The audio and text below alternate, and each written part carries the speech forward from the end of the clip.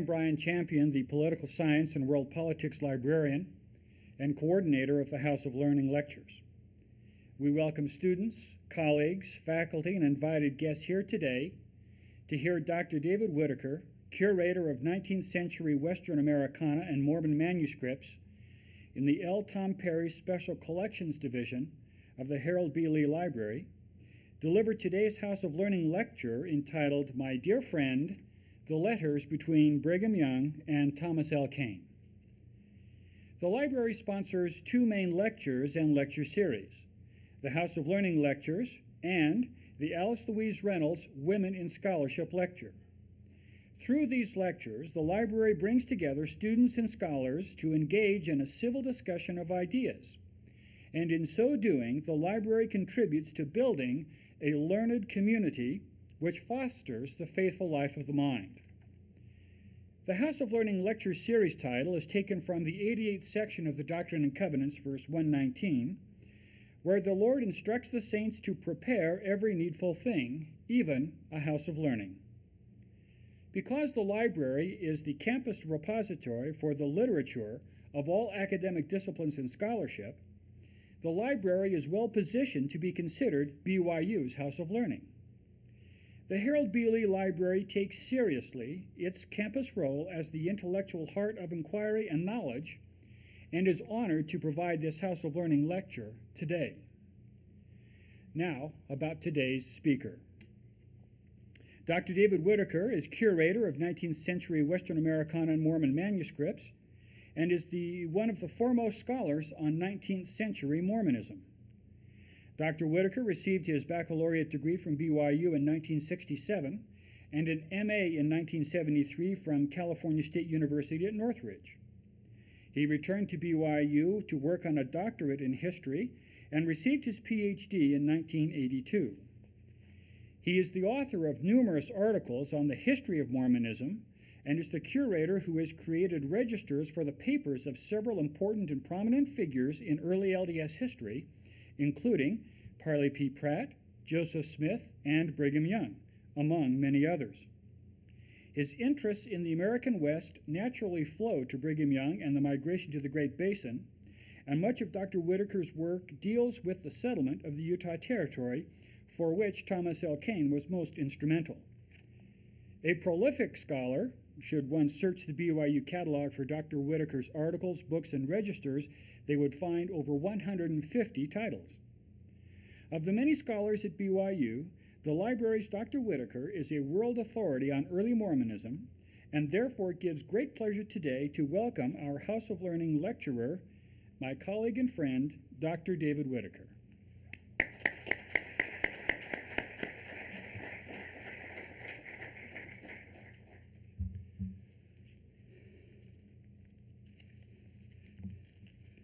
I'm truly grateful to be able to spend some time with you today. We're kicking off today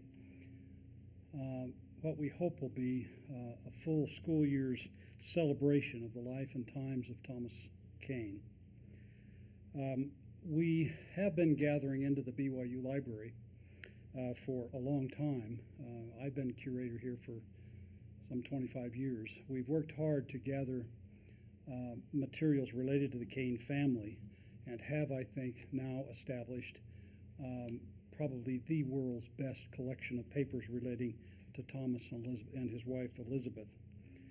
We owe a lot of thanks to those who we've worked with over the years, both the library administration, the university administration, and even the Board of Trustees, who on a few occasions have been brought in to discuss and approve the acquiring of major collections. I can't forget my wife, who probably thinks we've had an extra person living in the house for many years, and I'm sure she still thinks Tom Elizabeth's ghosts wander through our hallways and study occasionally, so I appreciate her patience. Today we focus on Thomas Kane's relationship with Brigham Young, but I don't want to leave you with the impression, especially those who are new to this topic, that that's all we have. We have an incredibly rich and deep collection relating to Thomas Kane and his family. Kane, of course, was descendant from a powerful Philadelphia family. He married his second cousin and a woman of great talent. The BYU collections dealing with the Kanes extend not just their Mormon connections, but Elizabeth's rich diaries and papers and scrapbooks, Tom's Civil War papers. He fought a number of places, including Gettysburg, the Battle of Gettysburg. He was involved in the development of some of the areas in the northwest corner of Pennsylvania. He was involved in anti-slavery and worked with the Underground Railroad. He worked in a number of things that we'll talk about a little bit later.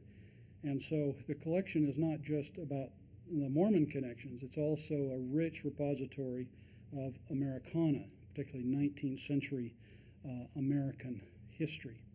So we will be talking mostly here and in the exhibit on his life and times that will open next month in our Special Collections exhibit area. We'll focus primarily on his relationship with the Latter-day Saints, but we shouldn't forget that he had a rich life, an important life far beyond just the Mormon relationships, although I will argue that was the major thread that ran through his life. We will be having, in connected with our exhibit, a series of lectures, and we appreciate the BYU Studies, Jack Welch and his people for helping co-sponsor these series. You've probably received a card when you came in. On the back is the whole series that we've established and arranged for major scholars to come and further probe different areas of Tom and Elizabeth's life. We invite you to those from now through the end of the exhibit period. Some of those scholars are here today. We appreciate their willingness to be a part of that.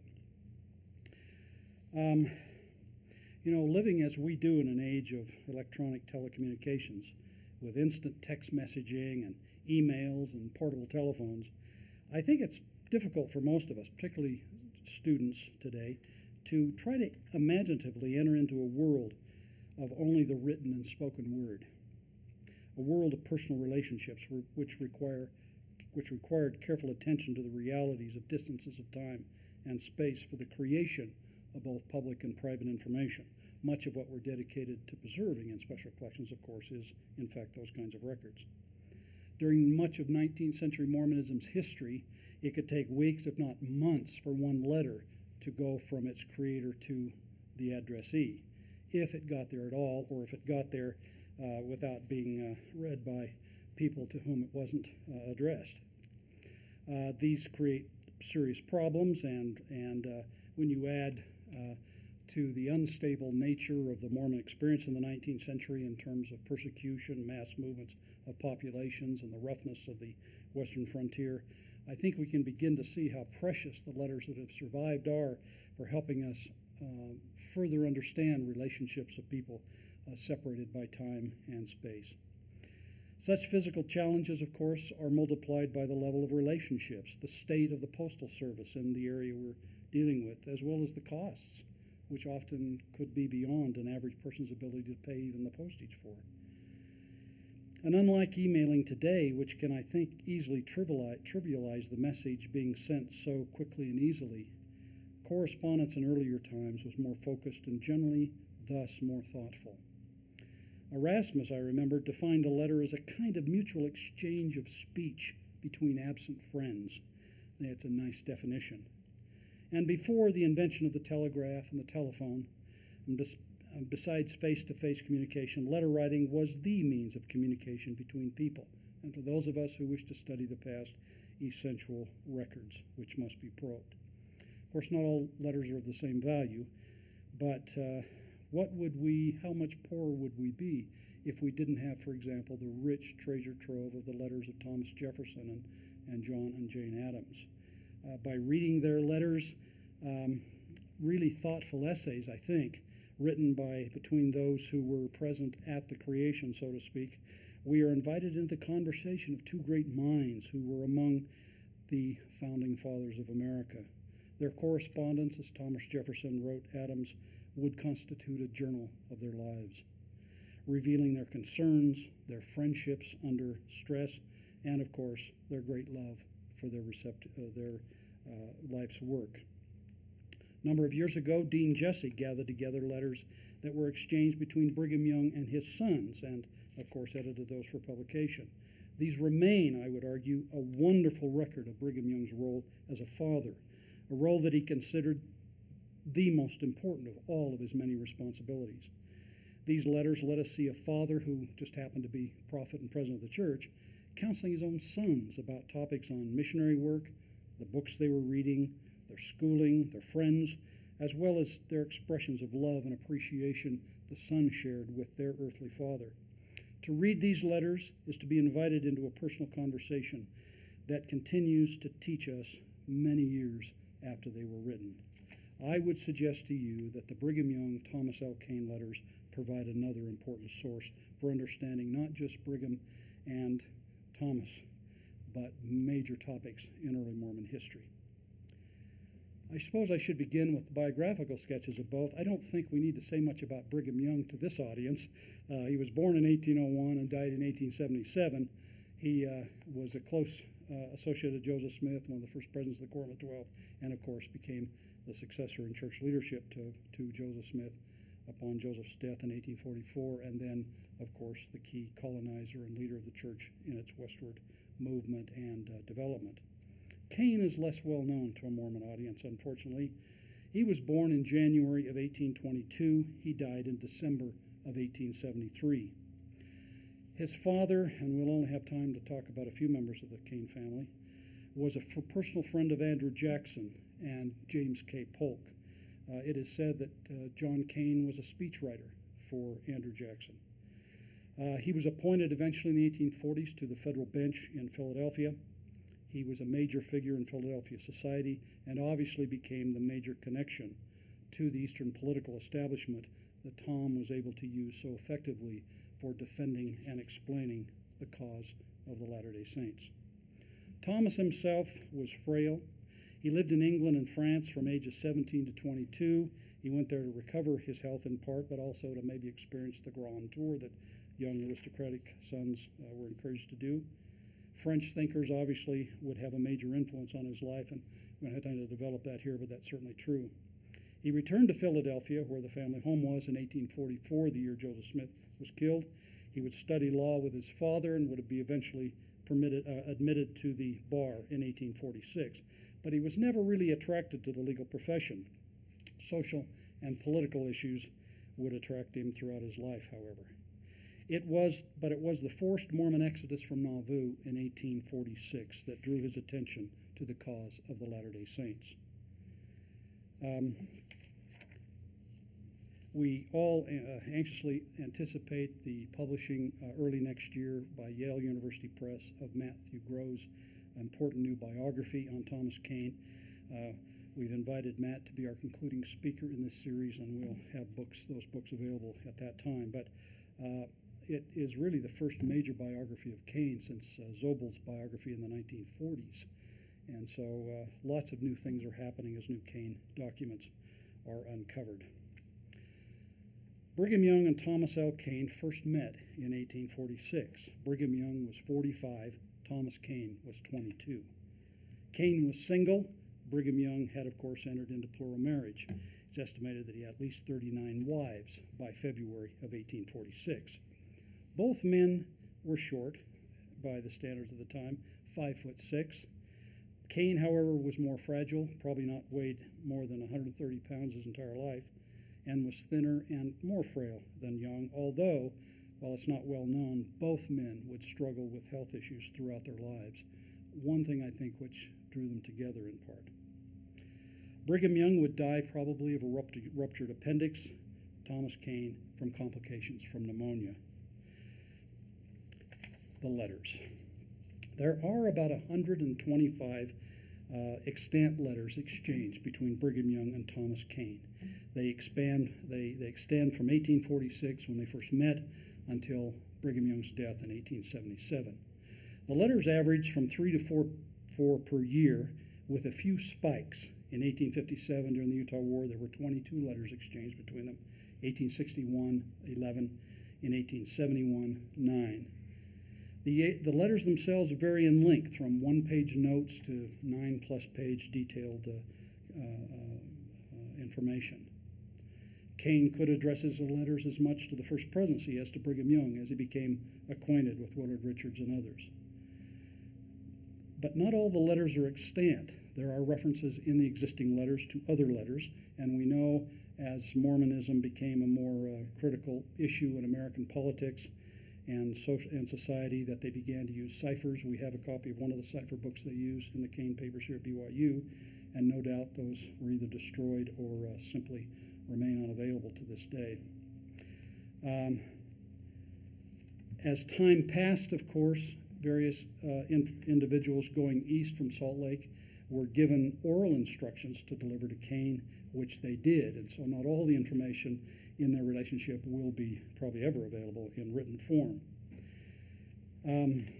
Both men used scribes, Brigham Young more than Kane, and Brigham Young was more careful in keeping copies of the correspondence he sent, even keeping drafts of his letters. In addition, Kane received and sent letters to and from a lot of other LDS general authorities. We're not going to focus on that today, essentially, but the main locations of these letters we're talking about today are either the Brigham Young papers in the church archives in Salt Lake or the Tom and Elizabeth Kane extended collections here in the BYU library, and I draw from both of those. There are, however, a few other repositories throughout the United States, and some even remain to this moment in private hands. Much of the Kane collection itself was organized and probably maintained and preserved by his wife Elizabeth. Plenty of evidence for that if you look at the collection. When she died, of course, the collection was passed down to descendants, and subsequently they have sort of disposed of them as they've seen fit. We've been fortunate to work with a number of members of the Kane family, a few are here today, to be able to gather those together like feathers to the wind almost, to gather them back and preserve them as a central repository to honor and help scholars study and more fully understand and relate to the rich Kane heritage. Thomas Kane's father's papers in the American Philosophical Society, his well-known brother Elijah Kent Kane, the Arctic explorer, those papers remain in private hands, some of which I've had the opportunity to look at, but they have not been made available to the public yet. Well, there's a couple of things we can do today. We have a pond before us. We can skip rocks across the surface, or we can throw a few big boulders in and get a splash and have it sink, and I'm going to try to do a little of both today. First, let's skip the rock across the pond and just mention some of the major themes that occur when you read these the rich correspondence between these two individuals. They obviously are going to discuss the major issues of the day, so you're going to find both Kane and Brigham Young's feelings expressed on polygamy, polygamy, we'll come to that, slavery and freedom and liberty as those issues were being worked out both before and after the American Civil War, major events shaping our own history as Americans. They express their views on those in their private correspondence. Their views on national leaders and their politics. Thomas Kane himself personally knew and met with several United States presidents. There is in these correspondence reports of conversations he had with President Polk, Fillmore, Buchanan, and certainly Ulysses S. Grant, in addition to other members of presidential cabinets and other important public figures like Horace Greeley, who Kane provided an introduction to when Greeley came out to interview Brigham Young. Ulysses S. Grant, in fact, stayed in the Kane's home in 1869 while he was a sitting president of the United States. That's how intimate the Kane family was to some of these powerful people. Elizabeth actually wrote a detailed account of that visit, which we have in manuscript in our collection that I don't think has ever been used by a Ulysses S. Grant scholar yet. Their letters also contain a lot of information, particularly from Brigham Young's point of view, of evaluations of federally appointed officials sent to Utah, many of which, as you know, had some uneasy relationships with the Latter-day Saints. Brigham Young would invite in one of these letters Thomas L. Kane to serve as Utah's territorial delegate to Congress in 1854-55, just as Brigham Young's first term, or he really wasn't appointed to a second term, but nobody else was appointed to succeed him after his 4-year appointment as territorial governor. He wanted Kane to be the territorial representative. Kane, of course, ended up turning it down, but later tried to convince Ulysses S. Grant to appoint him as governor of Utah Territory, which didn't happen, of course. There's discussion of Indian relations. Both cared deeply about the treatment of American Indians in the American West, and their letters on occasion talk, particularly Brigham Young, talk about how he's relating to them, the problems, and so forth. There's information they share on both their families. There's a lot of consistent discussion of Utah's quest for statehood. Railroad development, both nationally and in Utah. How Mormons are being treated in the federal press. So literally we could give talks on every one of those topics. So it's a rich body of material that we have access to. There are special topics, of course. Kane himself, by the 1870s, was convinced he wanted to write Brigham Young's biography and began to collect material and eventually thought he might come to Utah to gather more information. And Brigham himself in some of these letters provided some biographical information about himself for that project. When the Kanes came out to meet with Brigham Young and traveled south to southern Utah and spent the winter of 1872-73 in St. George, they spent a lot of time talking. We can only know from indirect evidence all the things they talked about. We do know that they probably talked about Brigham Young's biography. We know that Kane advised Brigham Young to begin to prepare a will to protect himself and the church from all the issues that his future death might impose on the church and probate issues and so forth. And in fact, Kane would put Brigham Young in contact with a Philadelphia lawyer who would in fact draw up the first draft of Brigham's will, and that is in our Kane papers here at BYU. They would talk about education, arguing that as Kane was involved in education in Philadelphia, strongly encouraged Brigham Young to move to the next stage of the development of Mormon educational systems, including what became Brigham Young University. So we here at BYU benefit from counsel Kane gave to President Young in St. George. When he returned from that trip and was in Philadelphia and heard that Brigham was moving forward to establish an educational institution, this is what Kane wrote.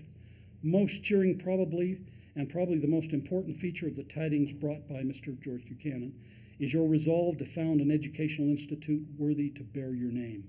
It is impossible to depreciate too seriously the growing practice of sending your bright youth abroad to lay the basis on the opinions of their lives on the crumbling foundations of modern unfaith and specialism. Why should you not inaugurate a system of education informed by your own experience of the world, embodying your own dearly earned wisdom and calculated peradventure to endure for ages with the stamp of your originality upon it? In fact, Kane's 4 December 1873, I think, is the earliest reference I've found of the name Brigham Young University. Now, of course, there was a number of institutions Brigham would found in the 1870s, and so it doesn't necessarily mean just this one, but the idea and eventually what I think became BYU is important in their discussions. Kane early suggested, I think, in these conversations that the Mormons move colonies into Arizona and subsequently into Mexico. They didn't do that while Brigham Young was alive, but his continuing influence with John Taylor had Mormon colony. Well, Brigham actually left St. George, came back to Utah, and began to call Mormons to go settle on the Colorado River and Little Colorado and so forth, and had thought about sending Mormon colonies into Mexico, but that would have to be delayed until the 1880s when, in fact, John Taylor, of course, began to do that. But the seeds for those were sown in the relationship that Thomas Kane shared with Brigham Young. There's always been a question, and we've skipped the rock across the pond. What did Kane believe? That's a source of a whole essay eventually.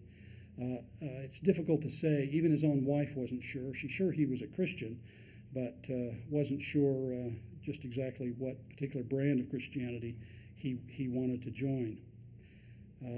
He did not join a church except the Presbyterians, which he allowed his children to be baptized in that, which Elizabeth was very active in. But most Mormons assumed that he had been secretly baptized by the Latter-day Saints. Why else would he be friends with us, right? I mean, he has to be a secret member. I mean, you wouldn't be friends with those crazy people out west unless you had been secretly baptized. Of course, that was not the case. we know that from a number of things. Here's a letter Brigham Young sent Thomas Kane discussing these very matters in May of 1858. My dear and tried friend, through our acquaintance from its commencement, which now dates from many years past, it has ever been marked by that frank interchange of views and feelings which should ever characterize the communications of those who have the welfare of mankind at heart, irrespective of sect or party. I am well assured by long and intimate acquaintance is a mutually signaled, shared by yourself in common with your best friends. Yet, so far as I can call, I do not remember to have ever, either in correspondence or in familiar conversation, except perhaps by a casual or unpursued remark, alluded to matters of religious faith. Now, this is over, 12 years after they met. Alluded to matters of religious belief, as entertained by myself and others who are commonly called Mormons. Nor do I remember that you have ever overstepped that most guarded reserve on this subject in all our communications, all your communications to me.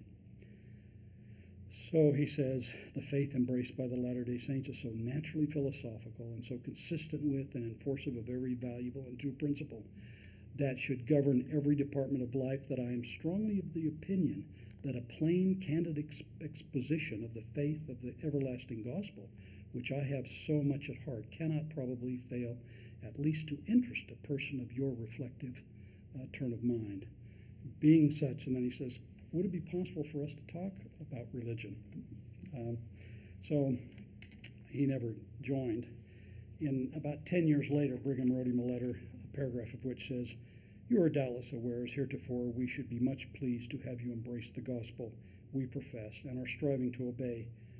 And no doubt but that you will do so in the spirit world, if you do not at this time. Well, let's cast the rock in now to Elizabeth, by the way, created some of the problems relating to whether or not Tom was baptized. She was not there, of course, but in a letter we have in our collections dated 1906, just a few years before her own death, she wrote a minister friend of hers, a Reverend Buckley, who was writing an account of his travels in the West, and he wanted to make sure he got her husband's relationship with the Mormons right. And so he sent her the chapter that he had written for his book. And he says, essentially, I understand that your husband was baptized by the Mormons when he met them in 1846. And Elizabeth wrote back an interesting letter.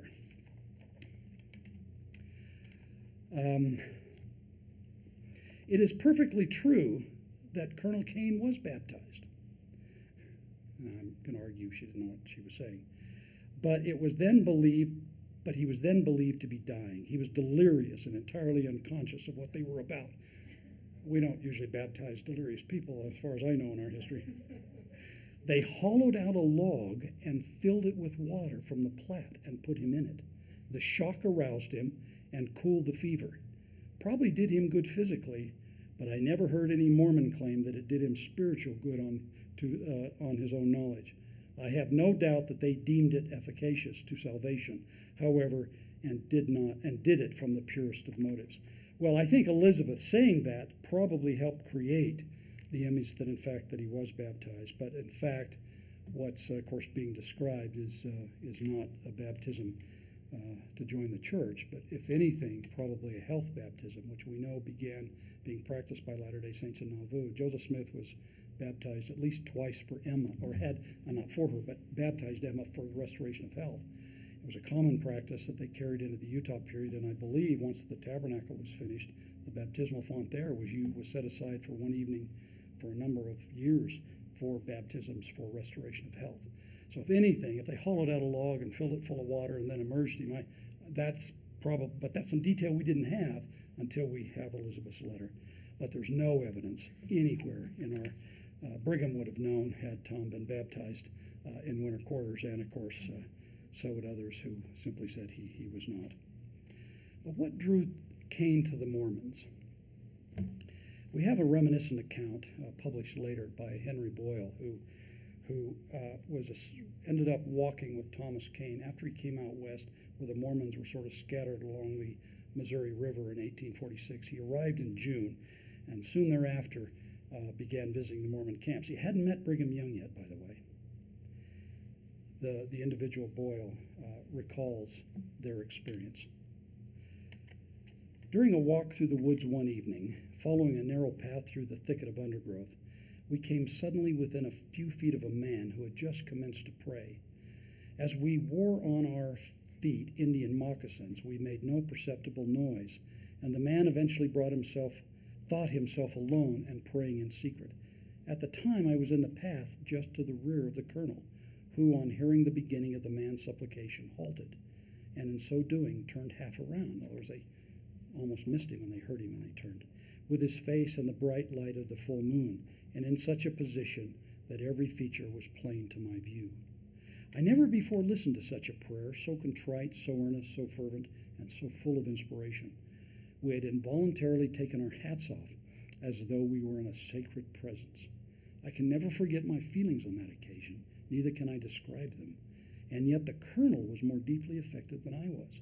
As he stood there, I could see the tears falling from his face, and while his bosom swelled with the fullness of his emotions, and for some time after the man had arisen from his knees and walked away towards his encampment, the colonel sobbed like a child and could not trust himself to utter a word. When finally he got control of his feelings, his first words were, "I am satisfied. Your people are solemnly and terribly in earnest." So before he even met Brigham Young, he had a sense, I think, about what these Mormons were about. A few years later, Kane himself, in one of his letters to Brigham Young, recalled his experiences. He's writing this to Brigham Young in 11 July 1850. "I believe there is a crisis in the life of every man when he is called upon to decide seriously and permanently if he will die into sin or live unto righteousness, and that, till he has gone through this, he cannot fit himself for the inheritance of his higher humanity, and become truly pure and strong, to do the work of God, persevering unto the end, without endorsing the cart of preachers either. I believe that Providence brings about these crises for all of us by events in our lives which are the evangelist to us of preparation and admonition. Such an event, I believe, too, was my visit to you. I had had many disregarded hints and warnings before, but it was the spectacle of your noble self-denial and suffering for conscience' sake that first made a truly serious and abiding impression on my mind, commanding me to note that there was something higher and better than the pursuit of the interests of earthly life." Well, it was while there, of course, he took terribly ill, and the Latter-day Saints nursed him back to health, probably immersed him in water like they suggested, and there in September received his first of two patriarchal blessings. In part it read, this was given by Uncle John Smith, the church patriarch. "Inasmuch as thou hast had it in thy heart to promote the interest of the children of men, the Lord thy God is well pleased with thy exertions. He hath given his angels charge over thee, to guard thee in times of danger, to deliver thee out of all thy troubles, and defend thee from all thy enemies. Not a hair of thine head shall ever fall by the hand of an enemy. For thou art appointed to do a great work on the earth, and thou shalt be blessed in all thy undertakings, and thy name shall be had in honorable remembrance." We take that for our theme for our Kane exhibit and publication. Thy name shall be had in honorable remembrance among the saints to all generations. Thou shalt have a companion to comfort thy heart, to sustain thee under all thy trials. Thou shalt raise up sons and daughters that shall be esteemed as the excellent of the earth. Of course, at the time, Kane, and that's just an excerpt from it, Kane was pretty much unknown. He was single, and he'd let be known in his correspondence with his brothers and his parents that he had no intention of ever marrying. However, in April of 1853, when he was 31, he married his 16-year-old second cousin, Elizabeth Wood. They would, of course, have 2 sons and 3 daughters.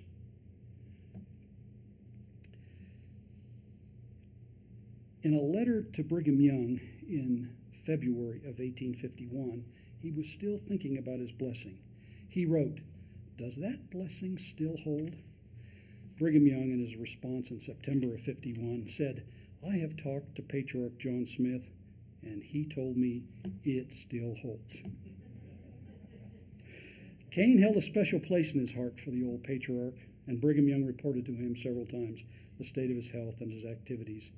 In January of 1854, he wrote, Your old friend the patriarch is slowly sinking away. Uncle John would die in May of 1854. On 10 July 1855, Kane wrote to President Young expressing his feelings of sadness on hearing of the death of John Smith, but announcing that he had just become the father of a new baby daughter, just, he said, as Smith promised him that he would. Years later in St. George, visiting with St. George, what I mentioned, the local patriarch, William G. Perkins, pronounced another blessing on the head of Tom, and this time Elizabeth as well. In their blessings, this local patriarch sealed them up to eternal life. Fairly unusual, I think, for non-Mormons to have that in the 19th century. At the same time that Elizabeth received her own blessing with the same promise, but she has always remained skeptical about Mormonism. She recorded in her journal at the time her thoughts about the blessing. Quote, the blessing was somewhat prophetical, so far as it did not coincide with the one given Kane, her husband, long ago by the old patriarch John Smith, which has been curiously fulfilled so far, strange to say. It was always that sense that something was going on. Well, Kane, of course, while at winter quarters, assisted the Mormons in getting permission to stay on the Omaha lands, helped convince Mormon leaders that they could trust President Polk's invitation for them to stay on the lands. All of that, including the documents the chiefs put their X on, allowing the Mormons to stay there, statements Kane gathered on the Mormons' good character, all of those are in our collection here at BYU. He, in fact, assisted Captain James Allen, the man sent to recruit what became the Mormon Battalion.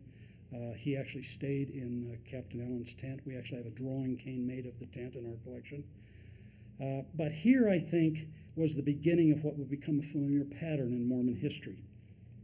Kane would play the role of the middleman, softening perceptions, diffusing tense situations, and helping the Mormons defend themselves in this growing national audience.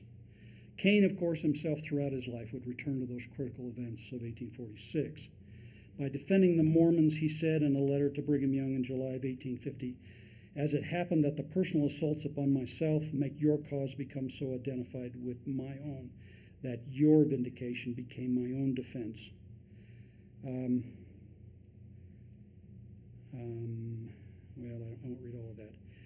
Further, he said he had altered his will.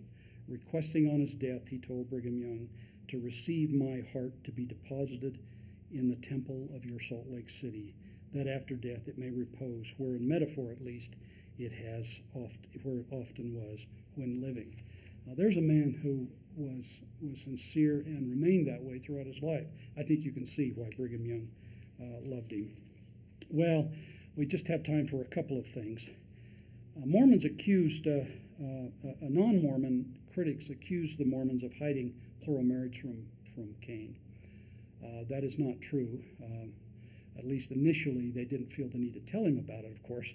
But when Kane was helping Jedediah Grant, Brigham Young's counselor and the mayor of Salt Lake City, write responses to the first set of runaway federal officials in 1852, they were sitting together going through the charges that appeared in the newspapers. And when they came to the charge the Mormons practiced plural marriage, Kane remarked to him, well, we don't have to deal with that. We know that's obviously untrue. And in a letter that Grant wrote back to Kane, wrote back to Brigham Young, he says, well, I didn't want to leave our friend exposed, so I felt the need to tell him just how much it was true. Kane wrote to Young, I want to thank you for making my old friend Grant the bearer to me of his tidings, but I ought not to conceal from you that they gave me great pain. Independent of every other consideration, my pride in you depends so much on your holding your position in the van of human progress that I have to grieve over your favor to a custom which belongs essentially, I think, to communities in other respects behind your own. I think it my duty to give you thus distinctly my counsel that you err. I can now discharge yourself and myself from further notice of the subject. What would a friend do, you see, with that kind of knowledge. He had defended him for 10 years. Brigham writes back, "Permit me to thank you most cordially for your open, frank, and candid expression of your views and feelings on one important truth connected with my history and the history of my friends and worlds with which I associate. Your brief, explicit, plain expression of fear and feeling endears you more to me than all the rhetoric of the ages could have done. Permit me to say your plainness strengthens our bonds of endearments, for my soul delights in plainness." The truth between them strengthened their friendship. It didn't pull them apart. When Jeremiah Black, the U.S. Attorney General, after Brigham Young was replaced as governor, wanted to know more details about what Brigham Young knew about the Mountain Meadows Massacre, Kane again wrote Young and said, "We need a statement." On the 15th of December, 1859, and the original letter is in our Kane collection, Brigham wrote in part, "Neither yourself nor anyone acquainted with me," and he didn't talk much about this in public, so he's really writing tender things to his friend, "neither you nor anyone acquainted with me will require my assurance that, had I been apprised of the intended onslaught at the Meadows, I should have used such effort for its prevention as the time, distance, and my influence and faculties would have permitted. The horrifying event transpired without my knowledge, except from after report, and the recurring thought of it ever causes a shudder in my feelings. It is a subject exclusively within the province of judicial proceedings, and I have known and still prefer to know nothing touching the affair until I, in common with other people, learn the facts as they may have developed before those whose right it is to investigate and adjudicate their own." He did, of course, get reports from George A. Smith and others. "Colonel, you may think this is a singular statement, but the facts of the massacre of men, women, and children are so shocking and crucifying to my feelings that I have not suffered myself to hear any more about them than the circumstances of conversation would compel." I think that's not the comments of a bloodthirsty man, as our enemies often suggest. Well, finally, of course, the great Kane visit to the Mormons in southern Utah with Brigham Young in 1872-73. Let me just conclude with a couple of comments. I think it was that experience that allowed Elizabeth to get to know Brigham Young like her husband knew him. And she started out not liking him. Her journals for the period clearly reveal that. Some of the letters she sent her father were later gathered into a book, 12 Mormon Homes, and Ed Gary, who's with us today, is going to elaborate on that later in our lecture series, just their relationship and all of that, and so I don't go into that in too much detail. But she has a couple of things in her journal in which she says when she was in St. George, Tom took ill again, and they were worried about his survival. And she'd gone out for a walk, and she comes back, according to a journal, and came into her husband's room, and there her husband was asleep in the bed, and there Brigham Young was kneeling at his side praying for his old friend.